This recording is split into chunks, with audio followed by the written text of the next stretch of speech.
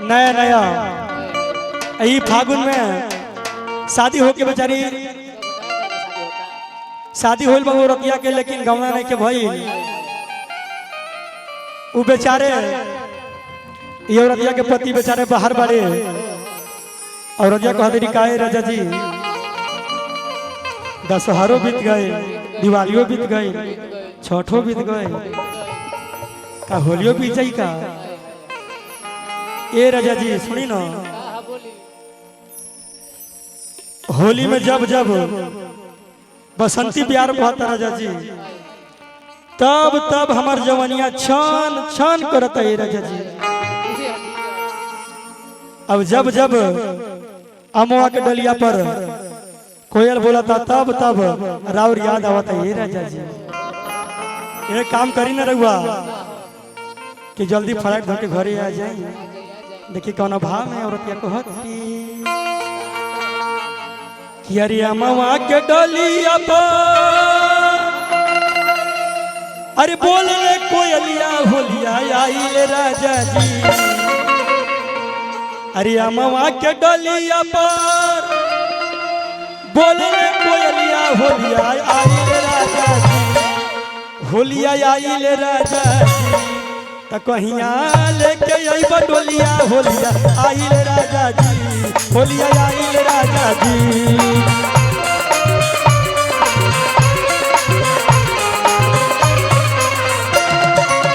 अमुआ के डलिया पर बोल रे कोयलिया होलिया आई राजा जी। अमुआ के डलिया पर बोल रे कोयलिया होलिया आई राजा जी। होलिया आई राजा जी कहिया लेके आई बडोलिया होलिया आई राजा जी। होलिया आई राजा जी।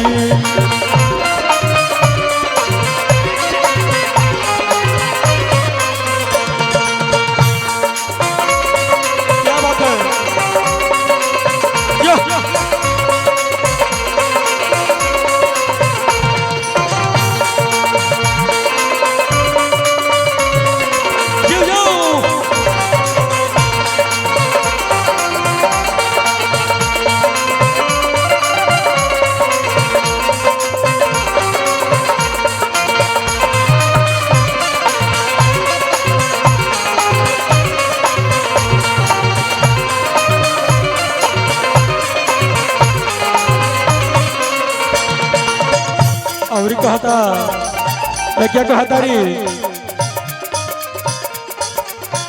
बसंती बयार बहे सरसों फुलाई कवन गली में राजा बड़त भुलाई।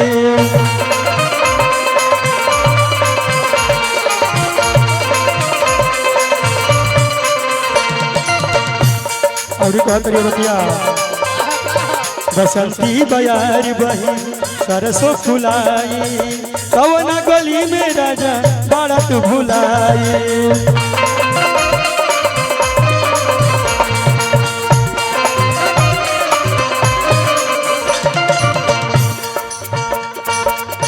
बसंती बयार बहे सरसों फुलाई कवन गली में राजा बड़त भुलाई।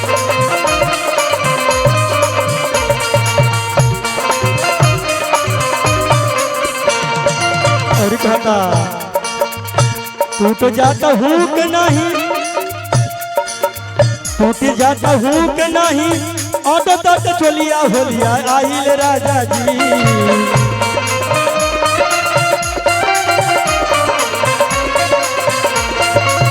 टूट जाता हूँ कि नहीं ऑटो तट चोलिया होलिया आई राजा जी। होलिया आई राजा जी कहिया लेके आई बडोलिया होलिया आई राजा जी। होलिया आई राजा जी।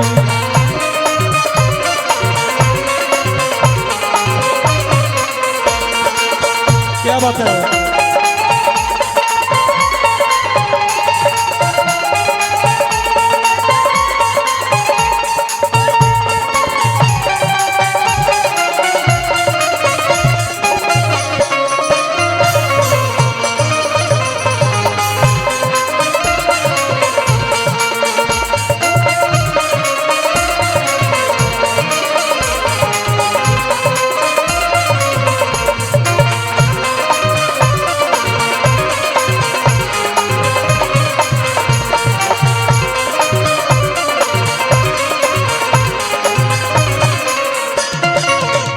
और कहत रे रतिया क्या कहत रे पिया सुधीर हमर बुझम जबूरी नहिया के रोहंग में त रंगल बा जरूरी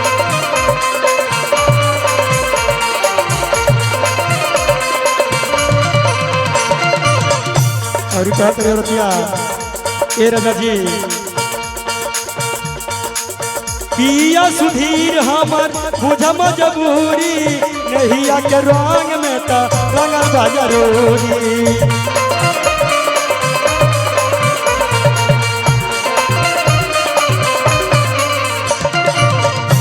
और का कहत रे रतिया सोना पर एक बेर पूछले त हलिया होलिया आइल राजा जी